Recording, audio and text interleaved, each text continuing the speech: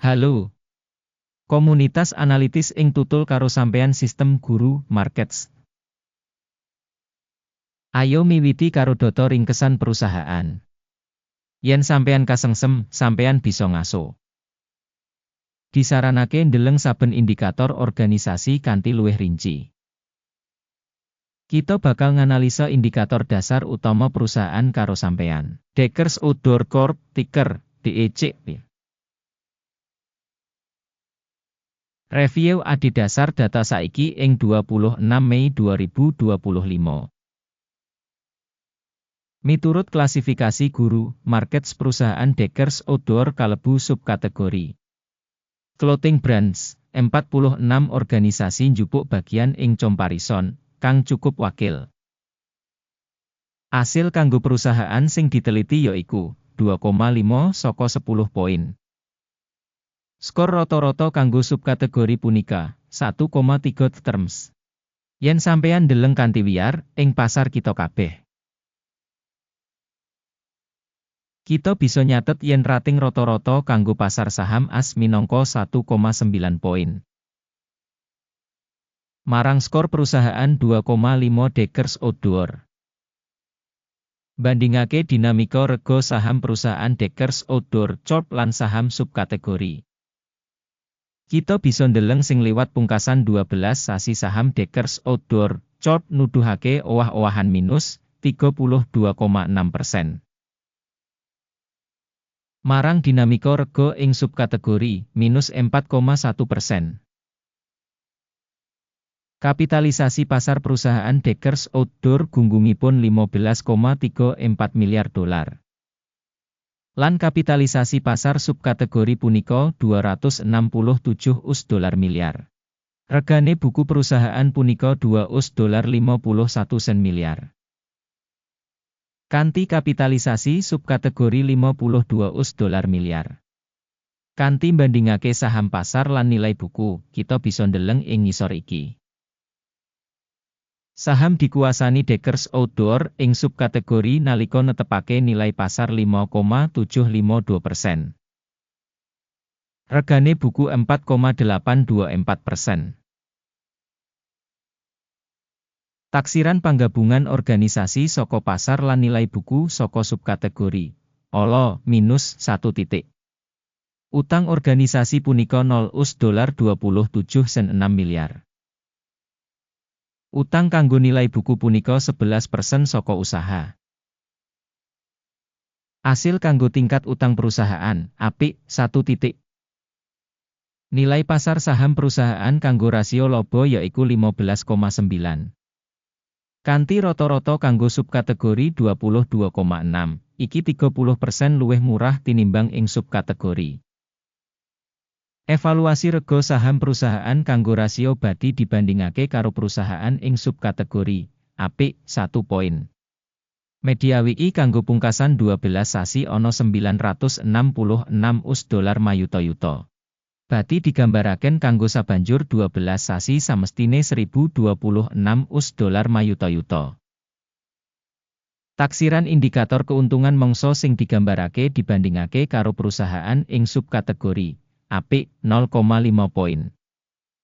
Rega perusahaan kanggo rasio revenue punika 3,1.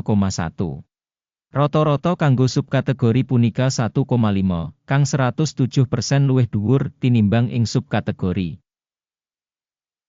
Evaluasi rega ijol-ijolan kanggo rasio revenue dibandingake karo indikator perusahaan ing subkategori ala minus 1 titik. Revenue kanggo pungkasan 12 sasi ana 4.990 US dolar mayuta-yuta. Revenue mangsa kanggo sabanjur 12 sasi wis provisionali kira-kira ing 5 US dolar 28 sen 0 mayuta-yuta. Taksiran indikator revenue mangsa sing digambarake dibandingake karo indikator perusahaan ing subkategori apik 0,5 poin. Wates dodolan punika 19,4%, karo rata-rata kanggo subkategori 6,7%. Asesmen untung dibandingake karo pratandha perusahaan ing subkategori apik 0,5 terms. Pangsa perusahaan miturut jumlah karyawan ing subkategori punika 0,962%. Iki 498% kurang saka nuduhake kapitalisasi pasar. Jumlah ibu kutha pasar saben pegawai perusahaan punika $2.788.000. Lan ing subkategori ana $467.000. Evaluasi jumlah modal perusahaan saben pegawai dibandingake karo indikator ing subkategori Passable 0 poin. Bati perusahaan saben pegawai $175.06. Rata-rata ing subkategori punika $20.06. Evaluasi bati saben karyawan dibandingake karo indikator perusahaan ing subkategori apik 0,5 poin. Bagian saka dodolan saben pegawai perusahaan punika $907.000. Subkategori $309.000. Asesmen volume sales saben pegawai dibandingake pratandha subkategori apik 0,5 terms. Jumlah enggo bareng sorted punika 4,8% dibandingake karo rata-rata kanggo subkategori 5,9%. Indikator resi 14 nuduhake tingkat 34% kanggo perusahaan Deckers Outdoor Corp. Dene kanggo subkategori tataran iki 54%. Rega saham perusahaan saiki watara $101. Perkiraan rega konsensus kanggo saham perusahaan kira-kira $129. Ayo kang katon ing tabel pesenan, kang kasedhiya, link kanggo iku ing komentar pinned. Tabel pesenan ngemot pancen kabeh pancasan digawe mangsa iki, dening informasi lan sistem referensi, kanggo evaluasi simpenan guru, markets. Akses menyang meja supaya free lan buka, link ing komentar pinned.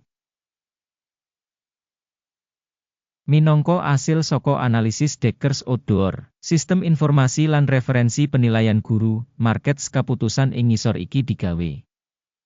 Ojo mbuka kesepakatan, amarga video iki minangka review. Matur nuwun kanggo kabeh sing wis nonton video iki lan gunakake sistem informasi lan referensi guru, markets. Sampeyan pancene wong akeh sing paling keren ing donya.